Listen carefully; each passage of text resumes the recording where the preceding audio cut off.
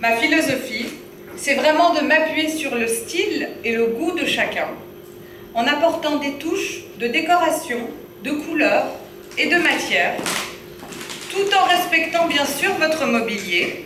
N'ayez pas peur, hein, je ne vais pas tout déménager, on va faire avec ce que vous avez bien sûr. Et le but, c'est de créer une harmonie et un équilibre dans votre habitat. Donc, si mesdames, par exemple, vous aimez le bois, bien sûr qu'on va garder le bois, mais on va le mettre dans le bon secteur, dans le secteur adéquat. Donc je reviens vraiment sur la nécessité d'incorporer les 5 éléments de la nature au sein de l'habitat. C'est vraiment une des bases du Feng Shui. Et maintenant, nous allons voir un petit peu le côté des bébés. Le Baby Feng Shui. C'est notre dernier né. Et j'ai beaucoup travaillé sur ce concept de chambre d'enfant parce qu'elle représente un cas particulier contrairement à celui de l'adulte. Dans la chambre d'adulte, au fait, elle est dédiée uniquement au repos et à l'amour. Alors que la chambre d'enfant, elle, est dédiée à son côté jour, son côté jeu, activité, éveil, et son côté nuit, son côté repos et ressourcement. Donc on crée un microcosme dans un macrocosme. Et une chambre d'enfant, vraiment, c'est très important. Elle doit respirer la sérénité, la propreté et la tranquillité. Elle doit avoir une atmosphère paisible et harmonieuse. Et c'est pour ça qu'on va la retrouver à travers les couleurs, les matières et l'éclairage. Je suis partie de la chambre de bébé, mais bien sûr, ça peut être des petits et après ça monte jusqu'aux adolescents, hein. Mais en parlant du bébé, la chambre de bébé doit vraiment être de taille moyenne pour le rassurer. Et grâce à sa date de naissance, à l'aide d'un calcul que j'effectuerai, on regardera sa meilleure orientation pour positionner son lit afin qu'il ait un sommeil des plus paisibles. Donc le Baby Feng Shui, c'est vraiment très individuel et c'est adapté pour chaque bébé. Maintenant, mesdames, j'aimerais voir si vous avez bien écouté la première partie de la conférence et qui peut me dire quelle est la différence entre le yin et le yang, parce que nous allons le retrouver dans la chambre de bébé. Oui. Yin est féminin et yang est Exactement. Bon, c'est bien, je suis rassurée, vous m'avez bien écouté. Alors, dans une chambre d'enfant, justement, ce que je disais tout à l'heure, c'est qu'on va retrouver ces deux polarités du yin et du yang. Donc, ce côté dynamisant yang, où il y aura son espace jeu, son tapis d'éveil, les couleurs seront probablement bien plus fortes, l'éclairage sera plus fort, donc lui va se dire « Ah, là, je vais pouvoir crier, me débattre, rigoler et tout ». L'espacite, c'est le côté du sommeil, beaucoup plus paisible. On mettra une petite veilleuse, on va commencer à parler plus doucement parce qu'on va le préparer pour le sommeil. On lui lira peut-être une histoire pour qu'il puisse avoir un bon sommeil. Donc il est vraiment très important que le bébé, depuis le début, visualise, bien sûr en grandissant un peu plus, mais déjà qu'il se rende compte et qu'il ressente ces deux énergies au sein de sa pièce. Et bien sûr, le lit, la commode, la table allongée, le coffre, l'armoire et le tapis d'éveil, ils auront tous leur espace bien défini dans la chambre. On a parlé des bébés, mais on va aussi parler des entreprises.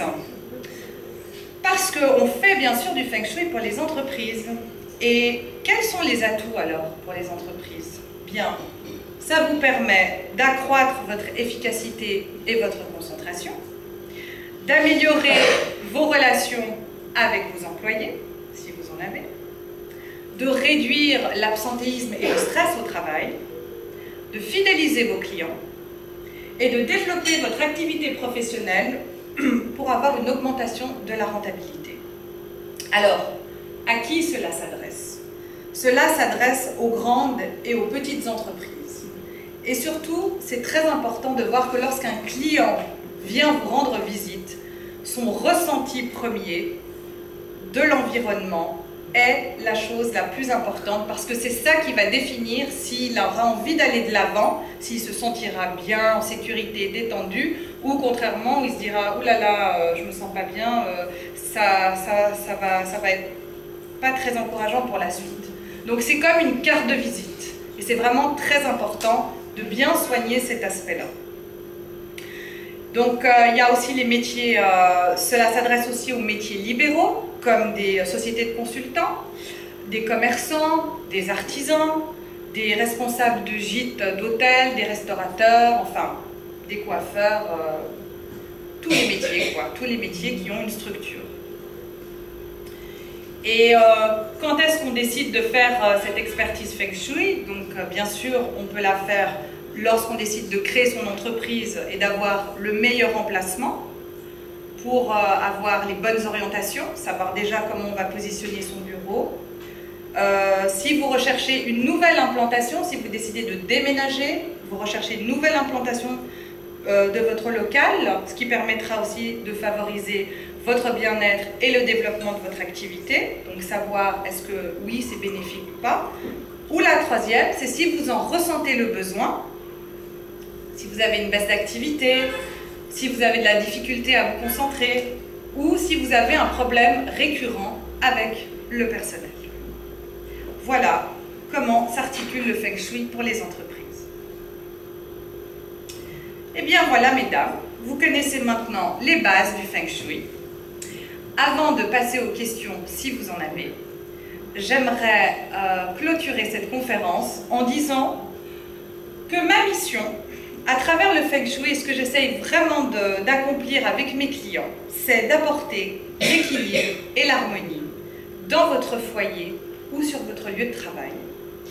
Évidemment, en me basant sur une analyse approfondie, personnalisée que je vais effectuer de votre habitat et en tenant compte bien sûr des gens, des habitants de la maison, puisque tout ça se mettra ensemble, pour que je puisse vous proposer des aménagements où la circulation d'énergie, le chi, circulera de façon bien fluide et bénéfique, et cela favorisera la santé, vous permettra les relations harmonieuses, la prospérité, et le but c'est d'être serein chez soi.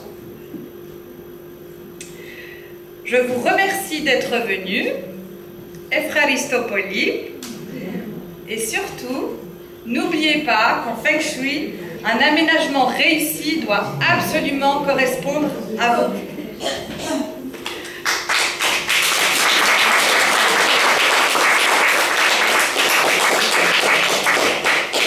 J'aimerais vous remettre un petit cadeau. Eleni va vous le distribuer. C'est un marque-page qui a un symbole du double bonheur.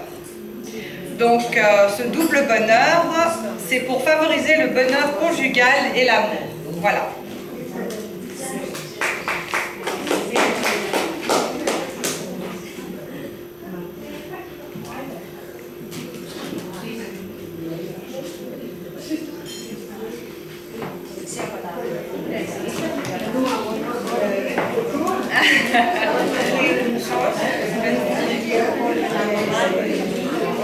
Ah, super.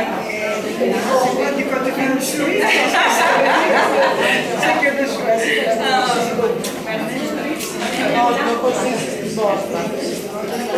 Lo spazio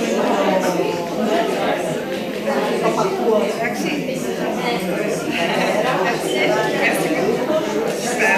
Magnifique. Ah, wow.